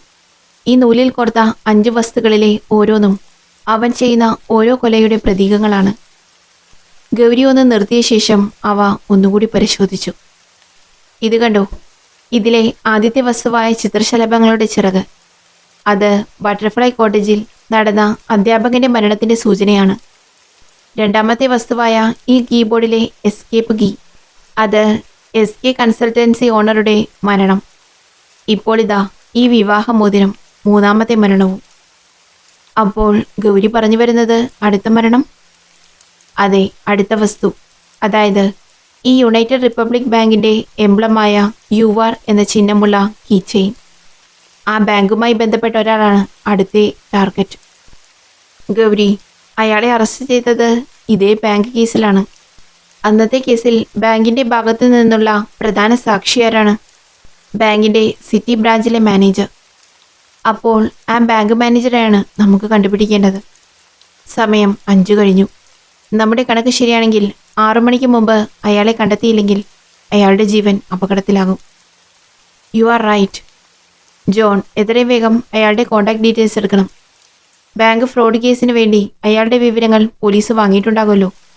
യെസ്, അത് ലഭിക്കാനുള്ള നിർദ്ദേശങ്ങൾ ഞാൻ ഇപ്പോൾ തന്നെ നൽകാം. നിമിഷങ്ങൾക്കകം അവർക്ക് മാനേജറുടെ ഫോൺ നമ്പറും അഡ്രസ്സും ലഭിച്ചു. പക്ഷേ അയാളെ വിളിച്ചെങ്കിലും അയാൾ ഫോൺ അറ്റൻഡ് ചെയ്യുന്നില്ലായിരുന്നു. തങ്ങളുടെ പക്കൽ സമയം വളരെ കുറവാണെന്നറിയാവുന്നതിനാൽ അവർ ഒട്ടും വൈകാതെ ആ അഡ്രസ്സിലെ വീട്ടിലേക്ക് തിരിച്ചു. ഇന്ന് സൺഡേ അല്ലേ, ആള് വീട്ടിൽ തന്നെ ഉണ്ടാകാനാണ് സാധ്യത. ഞാൻ ആലോചിക്കുന്നത് അവനതിന് ഈ കവർ ഗൗരിയുടെ അപ്പാർട്ട്മെൻറ്റിൻ്റെ മുമ്പിൽ കൊണ്ടിട്ടു എന്നാണ്.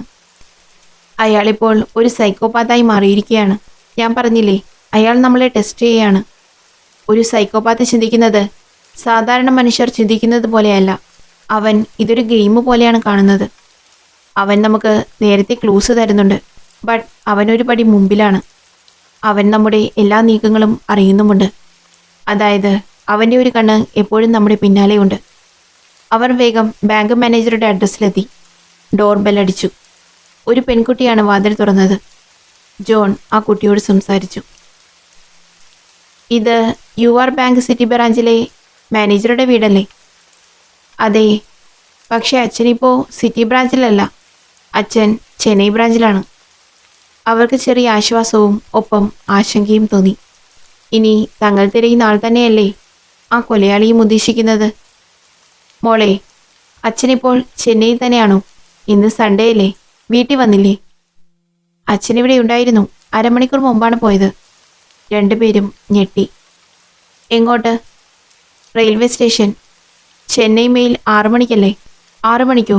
മൈ ഗോഡ്, വണ്ടിയിലാണോ പോയത്? ഞങ്ങളുടെ വണ്ടി ഇന്നലെ രാത്രി മോഷണം പോയി. അതുകൊണ്ട് ടാക്സി പിടിച്ചാൽ പോയി. എന്താ അങ്കിൾ, എന്തെങ്കിലും പ്രശ്നമുണ്ടോ? അതിന് മറുപടി കൊടുക്കാതെ അവർ ഇരുവരും തിരികെ വണ്ടിയിലേക്ക് പാഞ്ഞു. കാര്യം മനസ്സിലാകാതെ ആ കുട്ടി പകച്ചു നിന്നു. വണ്ടിയിൽ കയറിയ ഗൗരി വാച്ചിൽ നോക്കി. സമയം 5:30 കഴിഞ്ഞു. എത്ര ശ്രമിച്ചാലും നമുക്ക് 6 മണിക്ക് മുമ്പ് ഇവിടുന്ന് സ്റ്റേഷനിലെത്താൻ കഴിയില്ല. സ്റ്റേഷനിൽ വിളിച്ച് ഒരു അനൗൺസ്മെൻറ്റ് കൊടുക്കാൻ പറയാം. പ്ലാറ്റ്ഫോമിലുണ്ടെങ്കിൽ അയാളോട് റെയിൽവേ പോലീസ് സ്റ്റേഷനിൽ വരാനായിട്ട്. അയാൾ അവിടെ വരികയാണെങ്കിൽ അവിടെ തന്നെ പിടിച്ചു നിർത്താൻ നിർദ്ദേശം കൊടുക്കാം. ഈ സമയം കൊണ്ട് നമുക്കവിടെ എത്താം. ഓക്കെ. അവർ വേഗം വണ്ടി സ്റ്റാർട്ട് ചെയ്ത് റെയിൽവേ സ്റ്റേഷനിലേക്ക് തിരിച്ചു. അവൻ്റെ ഈ കൊലയെങ്കിലും തടഞ്ഞേ പറ്റൂ. രണ്ടുപേരുടെയും മനസ്സിൽ അത് മാത്രമായിരുന്നു ചിന്ത. ജോണിന്റെ വണ്ടിയിൽ അവർ റെയിൽവേ സ്റ്റേഷനിലേക്ക് പാഞ്ഞു. അവരുടെ യാത്രയ്ക്കിടെ ജോണിന് ഒരു ഫോൺ വന്നു. ഡ്രൈവിംഗിലായിരുന്നതിനാൽ ജോൺ ഫോൺ സ്പീക്കറിലിട്ട് സംസാരിച്ചു. സർ, ഇത് സാമാണ്. സാം, ഞാൻ അത്യാവശ്യമായി ഒരിടത്തേക്ക് പോയിക്കൊണ്ടിരിക്കുകയാണ്. Anything urgent? Yes sir. റോഡിനടുത്തുള്ള ഒരു അഴുക്കുചാലിൽ നിന്ന് ഒരു ദിവസം പഴക്കമുള്ള ഒരു മൃതദേഹം കിട്ടിയിരുന്നു. ആ ആളെ ഐഡൻറ്റിഫൈ ചെയ്തിട്ടുണ്ട്. അത് രാവിലെ സാറ് പറഞ്ഞ കേസുമായി ബന്ധപ്പെട്ട ആളാണ്. അത് അയാളുടെ ബോഡിയാണ് സർ. 2 ദിവസം മുമ്പ് ജയിലിൽ നിന്ന് രക്ഷപ്പെട്ട വിശ്വനാഥ്. വാട്ട്? അത് പറഞ്ഞതും അവർ യാത്ര ചെയ്തിരുന്ന വണ്ടിയിൽ മറ്റൊരു കാർ വന്നിടിച്ചതും ഒരുമിച്ചായിരുന്നു. നിയന്ത്രണം വിട്ട് അവരുടെ വണ്ടി 2-3 തവണ കരണം മറിഞ്ഞ് ഒടുവിൽ ഒരു മരത്തിൽ തട്ടി നിന്നു. ഗൗരി, ഗൗരി. ജോൺ വിളിക്കുന്നത് അയാൾ കേട്ടില്ല. ഗൗരിക്ക് കണ്ണുകളിൽ ഇരുട്ട് കയറുന്നത് പോലെ തോന്നി. ഗൗരി, അറിയോ ഓക്കെ? കണ്ണു തുറന്ന് ചുറ്റും നോക്കിയ ഗൗരിക്ക് താനൊരു ആശുപത്രിയിലാണെന്ന് മനസ്സിലായി. Yes, I am okay. തലയ്ക്ക് നല്ല വേദന തോന്നി. തൊട്ടു നോക്കിയപ്പോൾ കെട്ടിവെച്ചിരിക്കുന്നതായി മനസ്സിലായി. സ്റ്റിച്ചുണ്ട്. വേറെ പ്രോബ്ലം ഒന്നും ഇല്ലെന്നാണ് ഡോക്ടർ പറഞ്ഞത്. കോൺഷ്യസ് ആയാൽ പോകാമെന്ന് പറഞ്ഞു. എൻ്റെ കൈക്ക് ചെറിയ പൊട്ടലുണ്ട്. Otherwise okay. ജോൺ ബാഡ്ജ് ഇട്ടിരുന്ന കൈ കുറച്ചുയർത്തി കാണിച്ചു. ഇടിച്ച ഇടിയിൽ ഇത്രയൊന്നും അല്ല പറ്റേണ്ടിയിരുന്നത്. മറ്റേ വണ്ടിക്കാരെയും ഇവിടെ അഡ്മിറ്റ് ചെയ്തിട്ടുണ്ട്. മദ്യപിച്ച് വണ്ടി ഓടിച്ചതാണ്. ജോൺ, സമയം എന്തായി? 8:30. ആ ബാങ്ക് മാനേജർ? ജോൺ ഇല്ല എന്നർത്ഥത്തിൽ തലയാട്ടി. ട്രെയിൻ തട്ടിയാണ് മരിച്ചത്. സ്റ്റേഷനടുത്തുള്ള ടണലിൽ നിന്നാണ് ബോഡി കിട്ടിയത്. വിശ്വനാഥ്? യെസ്, അയാളും മരിച്ചു. കേട്ടത് വിശ്വസിക്കാനായില്ല. അപ്പോൾ ഈ കൊലയൊക്കെ ചെയ്തത്? തങ്ങൾ പിന്തുടരുന്ന കൊലയാളി ആരാണ്? മുന്നിൽ ഒരു വലിയ ചോദ്യചിഹ്നം ഉയർന്നു. തന്നെ വെല്ലുവിളിക്കുന്ന വിശ്വനാഥന്റെ ശത്രുക്കളെ കൊല്ലുന്ന ഒരു അസാധാരണ കൊലയാളി. ആരാണ് അയാൾ? വീണ്ടും വീണ്ടും നമ്മൾ പിന്നിലാവുകയാണല്ലോ. ജോൺ നിരാശനായി. അപ്പോൾ നമ്മൾ ഇതുവരെ തിരഞ്ഞുകൊണ്ടിരുന്നത് തെറ്റായ ആളെയാണ്. അപ്പോൾ ഇയാളെയാകും മാലിനി മാഡം കണ്ടതും. ഇനി അവനെ കണ്ടെത്താൻ അവർക്ക് മാത്രമേ കഴിയൂ. അവനെ നേരിട്ട് കണ്ടതിൽ അവർ മാത്രമേ ഇപ്പോൾ ജീവനോടെയുള്ളൂ. ബട്ട് അവർ ഇപ്പോഴും കോൺഷ്യസ് ആയിട്ടില്ല. അവർക്ക് സ്റ്റേബിളായാൽ ഉടനെ കോണ്ടാക്ട് ചെയ്യാൻ ഞാൻ അവിടുത്തെ എസ്ഐയോട് പറഞ്ഞിട്ടുണ്ട്. അതുവരെ നമ്മളിപ്പോഴും സീറോ തന്നെ. സീറോ ആണെന്ന് പറയാൻ പറ്റില്ല. നമ്മുടെ കയ്യിലൊരു ക്ലൂ ഉണ്ട്. അയാൾ രാവിലെ ഫ്ലാറ്റിന് മുന്നിൽ കൊണ്ടിട്ട കവർ. പക്ഷേ അത് 5 എന്ന ലെറ്റർ മാത്രമാണ്. അത് ആരെയാണെന്നും അതുകൊണ്ട് അയാൾ അർത്ഥമാക്കുന്നത് എന്താണെന്നും മാത്രം മനസ്സിലാക്കാൻ പറ്റുന്നില്ല. ആ, ജോൺ ഇടകയറി പറഞ്ഞു. ഗൗരി, ഇപ്പോൾ അതേപ്പറ്റി ചിന്തിക്കണ്ട. അധികം സ്ട്രെയിൻ വേണ്ടെന്നാണ് ഡോക്ടർ പറഞ്ഞത്. തൽക്കാലം നമുക്ക് വീട്ടിലേക്ക് പോകാം. രാവിലെ ഇറങ്ങിയതല്ലേ. ഓക്കെ. ജോൺ അങ്ങനെ പറഞ്ഞെങ്കിലും ഗൗരിക്ക് അതേപ്പറ്റി ചിന്തിക്കാതിരിക്കാനായില്ല. ആശുപത്രിയിൽ നിന്ന് വീട്ടിലേക്ക് പോകുമ്പോഴും അയാളുടെ ചിന്ത മുഴുവൻ ആ കൊലയാളിയെയും അയാളുടെ അടുത്ത ഇരയെയും പറ്റിയായിരുന്നു.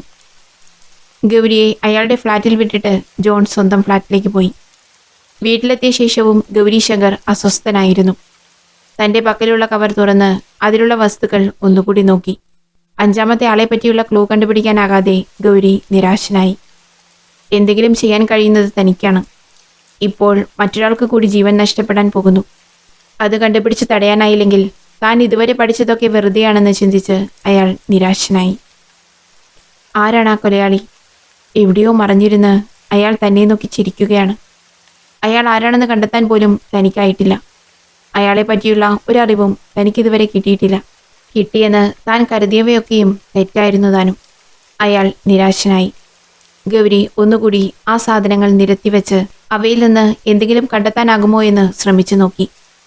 ചിത്രശലഭത്തിൻ്റെ അറ്റുപോയ ചിറകുകൾ, എസ്കേപ്പ് കീ, വിവാഹമോതിരം, യുണൈറ്റഡ് റിപ്പബ്ലിക് ബാങ്കിൻ്റെ ചിഹ്നമുള്ള ഒരു കീ ചെയിൻ, ഇരുമ്പിൽ നിർമ്മിച്ച 5 നക്കം. ഗൗരി ഒന്നുകൂടി അവയിൽ ഓരോന്നിലും സൂക്ഷിച്ചു നോക്കി. അയാളുടെ കണ്ണുകൾ തിളങ്ങി. ഒടുവിൽ അതിലൊളിഞ്ഞിരിക്കുന്ന രഹസ്യം അയാളുടെ കണ്ണുകളിൽ തെളിഞ്ഞു വന്നു. ഇത്തവണ ശരിക്കും ഞെട്ടിയത് ഗൗരിയാണ്. തൻ്റെ ആത്മസുഹൃത്തായ ജോൺ, ഇത്രയും സമയം തന്നോടൊപ്പം ഉണ്ടായിരുന്ന തനിക്കിതുവരെ ഇത് മനസ്സിലാക്കാൻ കഴിഞ്ഞില്ലല്ലോ. അയാൾ സമയം നോക്കി. 9 മണി. അടുത്ത മരണം നടക്കാനുള്ള സമയം. ഇനിയും താൻ വൈകിയാൽ ഒരാളുടെ കൂടി ജീവൻ നഷ്ടമാകും. അയാൾ വേഗം സ്വന്തം അപ്പാർട്ട്മെൻറ്റിൽ നിന്ന് ഇറങ്ങി പുറത്തേക്ക് പാഞ്ഞു. ജോണിൻ്റെ ഫ്ലാറ്റിലേക്കാണ് അയാൾ പോയത്. ഡോർബെൽ അടിച്ചില്ല. വാതിൽ ചാരിയിട്ടേ ഉണ്ടായിരുന്നുള്ളൂ. അകത്ത് നല്ല ഇരുട്ട്. ഗൗരി മെല്ലെ അകത്തേക്ക് കയറി. ജോണിനെ കാണാനില്ല. തന്നെ പതിഞ്ഞ് അപകടം ഒളിച്ചിരിപ്പുണ്ടെന്ന് ഗൗരി മനസ്സിലാക്കി. താൻ ഇതിനോടകം സത്യങ്ങൾ അറിഞ്ഞിട്ടുണ്ടാകുമെന്ന് തൻ്റെ ഇങ്ങോട്ടുള്ള വരവിൽ നിന്ന് അയാൾ മനസ്സിലാക്കിയിട്ടുണ്ടാകും. അതിനാൽ തന്നെ ഏതു സമയവും തൻ്റെ നേരെ ഒരു ആക്രമണം ഉണ്ടാകാം. അതിനാൽ ശബ്ദമുണ്ടാക്കാതെ പതുക്കെ നടന്നു. പെട്ടെന്ന് ഇരുട്ടിൽ നിന്ന് ഒരു കത്തി ഗൗരിയുടെ നേരെ പാഞ്ഞെടുത്തു. ഇതുപോലുള്ളൊരു അപകടം പ്രതീക്ഷിച്ചിരുന്നതിനാൽ അയാൾക്ക് അത് തടുക്കാനായി. ഗൗരി അയാളുടെ കൈകൾ തടഞ്ഞ് അയാളെ ചവിട്ടി നിലത്തിട്ടു. ഇരുട്ടിൽ അയാളുടെ നീക്കങ്ങൾ ശരിക്ക് കാണാൻ കഴിയുന്നില്ല. അയാളുടെ കൈകളിൽ നിന്ന് കത്തി തെറിച്ചു പോയിരുന്നു. അയാൾ വീണ്ടും എഴുന്നേറ്റ് ഗൗരിയെ നേരിടാനായി അടുത്തു. ഇത്തവണയും ഗൗരിക്ക് അയാളെ തടുക്കാനായി. ഗൗരി അയാളെ കൈകൊണ്ട് ചുറ്റി കഴുത്തിനു പുറകിലെ മർമ്മഭാഗത്ത് ആഞ്ഞടിച്ചു. അടികൊണ്ട് അയാൾ നിലത്തു വീണു. കുറച്ചു സമയത്തെ ഏറ്റുമുട്ടലിൽ ഗൗരിക്ക് അയാളെ കീഴ്പ്പെടുത്താനായി. കഴുത്തിലെ മർമ്മഭാഗത്ത് അടി കിട്ടിയ അയാൾ അനങ്ങാനാകാതെ നിലത്ത് കിടന്നു. ഗൗരി ഉടനെ തൻ്റെ ഫോണെടുത്ത് അടുത്തുള്ള പോലീസ് സ്റ്റേഷനിൽ വിളിച്ച് വിവരം പറഞ്ഞു. അവർ ഉടനെ അവിടേക്ക് എത്തണമെന്ന് അറിയിച്ചു. ഫോൺ കട്ട് ചെയ്ത ശേഷം ഗൗരി ഫോണിലെ ലൈറ്റ് അടിച്ച് ഓഫ് ചെയ്തിരുന്ന മെയിൻ സ്വിച്ച് ഓണാക്കി മെല്ലെ അകത്തേക്ക് നടന്നു. ഗൗരി ആ കാഴ്ച കണ്ട് ശരിക്കും ഞെട്ടി. അകത്ത് മുറിയിൽ ജോൺ ബോധരഹിതനായി കിടക്കുന്നു. ഗൗരി അയാളെ മെല്ലെ എഴുന്നേൽപ്പിച്ചിരുത്തി. മെല്ലെ അയാളെ തട്ടി ഉണർത്തി. ബോധം വീണ ജോൺ കൈകൾ തലയിൽ പിടിച്ചുകൊണ്ട് ഉറക്കി നിലവിളിച്ചു. ഗൗരി അയാളെ പിടിച്ചിരുത്തി. ഗൗരി, അവൻ... relax John, relax. Everything is under our control. ഗൗരിയുടെ സഹായത്തോടെ ജോൺ മെല്ലെ എഴുന്നേറ്റ് പതിയെ ഹാളിലേക്ക് നടന്നു വന്നു. അപ്പോഴേക്കും പോലീസ് എത്തിയിരുന്നു. ഗൗരിയെ ആക്രമിച്ച ആൾ അപ്പോൾ നിലത്ത് കമിഴ്ന്നു കിടക്കുകയായിരുന്നു. പോലീസുകാർ അയാളെ പിടിച്ചെഴുന്നേൽപ്പിച്ചു. യഥാർത്ഥ കുറ്റവാളിയെ കണ്ട് അവരെല്ലാവരും ശരിക്കും ഞെട്ടി. സ്വന്തം കണ്ണുകളെ വിശ്വസിക്കാനാകാതെ ജോൺ ഒന്നുകൂടി സൂക്ഷിച്ചു നോക്കി. അതെ, അതവൻ തന്നെ. തങ്ങൾ ഉച്ചയ്ക്ക് കണ്ട ആ പയ്യൻ, വിശ്വനാഥൻ്റെ മകൻ. ഈ ചെറിയ പയ്യനാണ് ഒരു ദിവസം മുഴുവൻ തങ്ങളെ കുഴക്കി ഈ കൊലയെല്ലാം ചെയ്തതെന്ന് വിശ്വസിക്കാൻ പോലും അയാൾക്കായില്ല. പോലീസ് അവനെ അറസ്റ്റ് ചെയ്തു. അപ്പോഴും അവശനിലയിലായിരുന്ന ജോണിനെ ഉടനെ ആശുപത്രിയിലെത്തിച്ചു. കുറച്ച് മണിക്കൂറുകൾക്ക് ശേഷം ഗൗരി ജോണിനെ കാണാൻ ആശുപത്രിയിലെത്തി. തനിക്കിതുവരെയും ഉത്തരം മനസ്സിലാക്കാൻ പറ്റാത്ത ഒരുപാട് ചോദ്യങ്ങളുമായി ഗൗരിയെ കാത്തിരിക്കുകയായിരുന്നു John. How are you John? I am okay. ഞാൻ വെയിറ്റ് ചെയ്യുകയായിരുന്നു. ഞാനാണ് അവൻ്റെ 5ാമത്തെ ഇരയെന്ന് എങ്ങനെ മനസ്സിലായി? ഗൗരി ചിരിച്ചുകൊണ്ട് പറഞ്ഞു. സത്യത്തിൽ ആദ്യം അവന് തെറ്റുപറ്റിയതാണ്. എനിക്ക് രാവിലെ കിട്ടിയ ആ കവർ അത് എനിക്കുള്ളതായിരുന്നില്ല. ജോണിൻ്റെ ഫ്ലാറ്റിലാണ് അവൻ ആ കവർ ഇടാൻ ഉദ്ദേശിച്ചിരുന്നത്. ഫ്ലാറ്റ് മാറി എൻ്റെ ഫ്ലാറ്റിന് മുന്നിലാണ് ഇട്ടത്.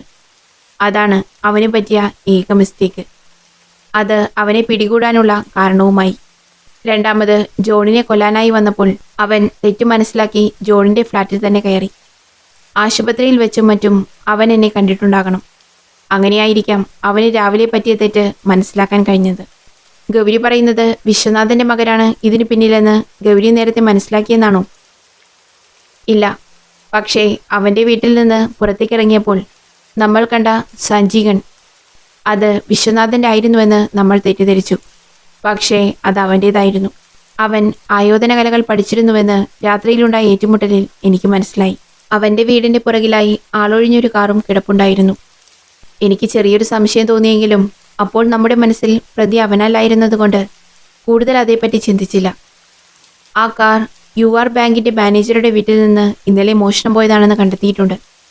അതുപയോഗിച്ചാണ് അവൻ ഓരോ സ്ഥലത്തും നമ്മളെക്കാൾ വേഗത്തിലെത്തിയത്. രാവിലെ ജഡ്ജിയെ ഇടിച്ചതും ഇതേ കാർ തന്നെയാണെന്ന് അവിടുത്തെ CCTV ക്യാമറ ഫുട്ടേജിൽ നിന്ന് മനസ്സിലാക്കിയിട്ടുണ്ട്. ആയോധന കലകളിൽ അവൻ്റെ കഴിവ് കരുത്തനായ ജോൺ ഉൾപ്പെടെ എല്ലാവരെയും കീഴ്പ്പെടുത്താൻ അവന് സഹായകമായി.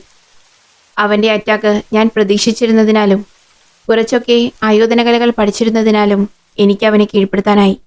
മാലിനി മാഡം അവനെ ഐഡൻറ്റിഫൈ ചെയ്തിട്ടുണ്ട്. പിന്നെ കുറ്റം അവൻ സമ്മതിച്ചിട്ടുമുണ്ട്.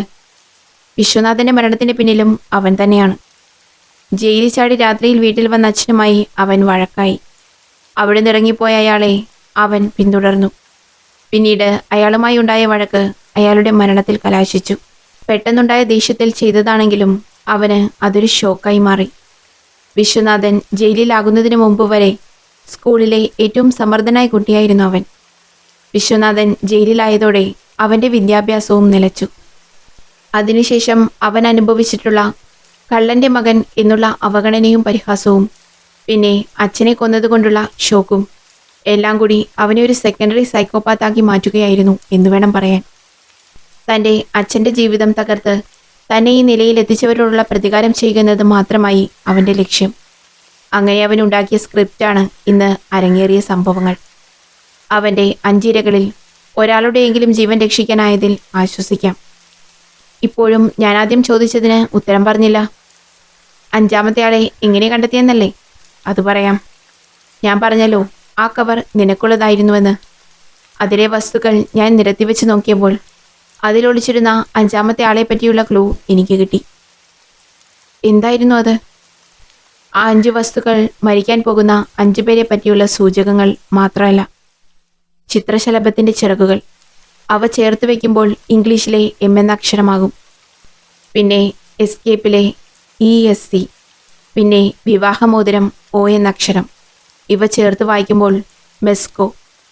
അതെ, ജോൺ മെസ്കോ. നിന്റെ സർനെയിം. പിന്നെ UR ബാങ്കിലെ UR എന്ന ചിഹ്നവും 5 എന്ന അക്കവും ഇംഗ്ലീഷിലെ You are the 5th target എന്നതിൻ്റെ സൂചകങ്ങളാണ്. ചേർത്ത് വായിച്ചാൽ മെസ്കോ UR 5. 5-മത്തെ ഇര നീയാണ്. ബാങ്ക് ഫ്രോഡ് കേസിലെ പ്രധാന തെളിവുകൾ കണ്ടെത്തിയത് നീയായിരുന്നല്ലോ. അതാകും നിന്നോടും അവന് ശത്രുത തോന്നാൻ കാരണം. പോലീസായതിനാൽ നിന്നെ ഒന്ന് ടെസ്റ്റ് ചെയ്യാൻ കൂടി അവന് തോന്നിക്കാണും. ഒരു സൈക്കോപാത്തിൽ ജീവിക്കുന്ന ഒരാൾ ചിന്തിക്കുന്നത് ഇങ്ങനെയൊക്കെയാകും. നീ ഉൾപ്പെടെ 5 പേരെ അവൻ കൊല്ലാൻ പോകുകയാണെന്നും അതിൽ നീ 5-മനാണെന്നും നിന്നെ വെല്ലുവിളിച്ച ശേഷമാണ് അവൻ്റെ ജോലികൾ തുടങ്ങാൻ അവൻ പോയത്. അതാണ് ആ ക്ലൂ അടങ്ങിയ കവർ നിനക്കെത്തിക്കാൻ അവൻ നോക്കിയത്. ഗൗരി ഇത് പറഞ്ഞപ്പോൾ അവർ 2 പേരും ചിരിച്ചു. ഒരു ദിവസം മുഴുവൻ തങ്ങളെ ഭയപ്പെടുത്തുകയും അതിലേറെ സമ്മർദ്ദത്തിലാഴ്ത്തുകയും ചെയ്ത കുറ്റവാളിയെ ഒടുവിൽ പിടിക്കാൻ കഴിഞ്ഞതിലുള്ള ആശ്വാസം അപ്പോൾ അവർക്ക് 2 പേർക്കും ഉണ്ടായിരുന്നു. തൻ്റെ ഉറ്റ സുഹൃത്തിൻ്റെ ജീവൻ രക്ഷിക്കാൻ കഴിഞ്ഞതിലുള്ള ചാരിതാർത്ഥ്യത്തോടെ ഗൗരി ശങ്കർ തിരികെ തൻ്റെ അപ്പാർട്ട്മെൻറ്റിലേക്ക് മടങ്ങി. സംഭവബഹുലമായ അയാളുടെ ജീവിതത്തിലെ ഒരു രാത്രിക്കു കൂടി അങ്ങനെ തിരശ്ശീല വീണു. പ്രിയ കൂട്ടുകാരെ, ഈ കഥ ഇവിടെ അവസാനിച്ചു. കഥ നിങ്ങൾക്ക് ഇഷ്ടമാകുന്നുണ്ടെങ്കിൽ ചാനൽ ഒന്ന് സബ്സ്ക്രൈബ് ചെയ്യണേ. കൂടെ ഒരു ലൈക്കും കൂടി. Thank you.